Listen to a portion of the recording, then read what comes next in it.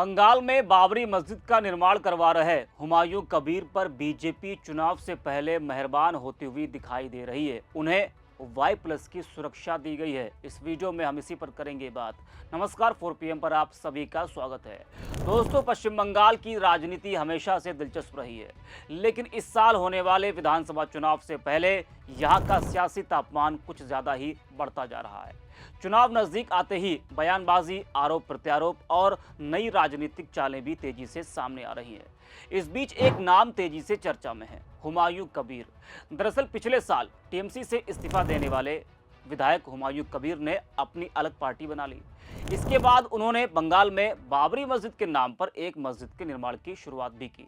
इसके लिए चंदा भी इकट्ठा किया गया और निर्माण कार्य भी शुरू हो गया, जिससे राजनीतिक माहौल काफी ज्यादा गर्म रहा। बीजेपी और कई हिंदू संगठनों ने इस कदम का जमकर विरोध करते हुए आरोप लगाया कि यह सब टीएमसी की सोची समझी रणनीति का हिस्सा है, जिससे धार्मिक भावनाओं को भड़काकर राजनीति की जा सके। दूसरी तरफ विपक्षी दलों का कहना था कि हुमायूं कबीर बीजेपी के इशारे पर काम कर रहे हैं। उनका तर्क है कि बीजेपी जानती है कि बंगाल में ममता बनर्जी को सीधे चुनौती देना आसान नहीं है, इसलिए मुस्लिम वोटों को बांटने की कोशिश की जा रही है। बाबरी मस्जिद के नाम पर निर्माण को लेकर काफी ज्यादा बवाल देखने को मिला। कई जगह जमकर विरोध प्रदर्शन हुआ। इस दौरान कुछ हिंदू संगठनों ने बंगाल में राम मंदिर बनाने की भी घोषणा कर दी, यानी मस्जिद के जवाब में मंदिर की राजनीति भी शुरू हो गई।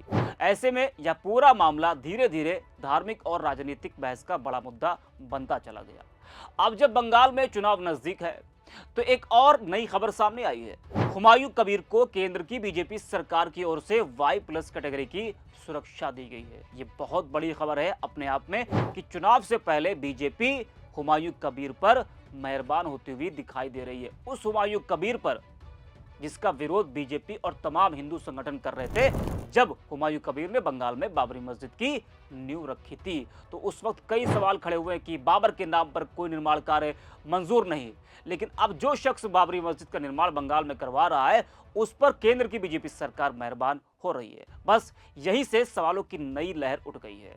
जिनके खिलाफ पहले इतना बड़ा विरोध हुआ, उन्हें अब इतनी बड़ी सुरक्षा क्यों दी जा रही है, यह एक बड़ा सवाल चुनाव से पहले खड़ा हो रहा है। हालांकि जानकारी के मुताबिक हुमायूं कबीर ने अपनी जान को खतरा बताते हुए कलकत्ता हाई कोर्ट में सुरक्षा की मांग की थी। अदालत के आदेश के बाद केंद्र की बीजेपी सरकार ने उन्हें Y+ सुरक्षा मुहैया कराई है। अपनी सुरक्षा बढ़ाए जाने पर कबीर ने कहा है कि केंद्रीय बलों की उपस्थिति में वह खुद को ज्यादा सुरक्षित महसूस कर पा रहे हैं। और साथ ही उन्होंने कहा कि टीएमसी अगर उन्हें भाजपा का बी टीम कहती है तो वह कहे, इससे उन्हें कोई फर्क नहीं पड़ता। केंद्रीय सुरक्षा बल की एक टीम मुर्शिदाबाद स्थित उनके आवास पहुंची और उनकी सुरक्षा का जिम्मा संभाल लिया। आज सत्ता की आंखों में आंख डालकर पत्रकारिता करना मुश्किल हो गया है। हम पर मुकदमों से लेकर चैनल को बंद करने का दबाव कई बार बनाया गया और अभी भी बनाया जा रहा है। मुश्किल दौर है, लेकिन हम हार नहीं मानेंगे। इसलिए 4 PM को आप सभी लोग ज्वाइन करें और निष्पक्ष पत्रकारिता को जिंदा रखने के लिए जितना हो सके हमारा आर्थिक सहयोग भी करें। उम्मीद है कि आपके सपोर्ट से ये जंग भी हम जीत पाएंगे। तो हुमायूं कबीर को सुरक्षा मिलने के बाद से फिर से बंगाल का सियासी पारा चढ़ गया है और तरह तरह के कयास लगाए जाने लगे हैं। राजनीतिक गलियारों में चर्चा तेज है कि आखिर यह मामला सिर्फ सुरक्षा का है या इसके पीछे कोई एक बड़ी सियासी रणनीति है।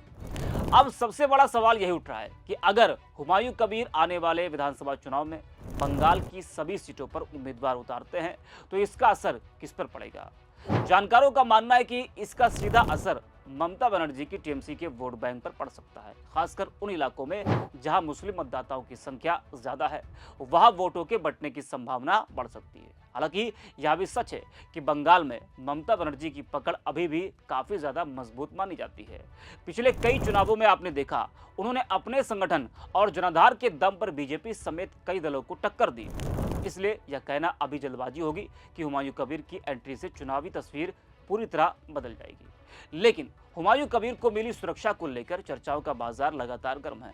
सुरक्षा का असर चुनाव पर कितना पड़ता है, यह तो आने वाला समय ही बताएगा। फिलहाल इतना जरूर है कि बंगाल की सियासत में शक की सुई फिर से घूमने लगी है और जिस तरह से ऑल इंडिया मजलिस इत्तेहादुल मुस्लिमीन के राष्ट्रीय अध्यक्ष असदुद्दीन ओवैसी पर लगातार ये सवाल उठता आया है कि ओवैसी बीजेपी की बी टीम की तरह काम करते हैं, उसी तरह अब पश्चिम बंगाल में हुमायूं कबीर पर भी यह आरोप लगने लगा है कि हुमायूं कबीर पश्चिम बंगाल में बीजेपी की बी टीम के रूप में काम कर रहे हैं और चुनाव में और तेजी से वो काम करेंगे, जिससे सीधा नुकसान टीएमसी को होगा और फायदा बीजेपी को मिलेगा। लेकिन ये आने वाला समय बताएगा कि हुमायूं कबीर के आने से किसको कितना नुकसान हुआ है और किसको कितना फायदा।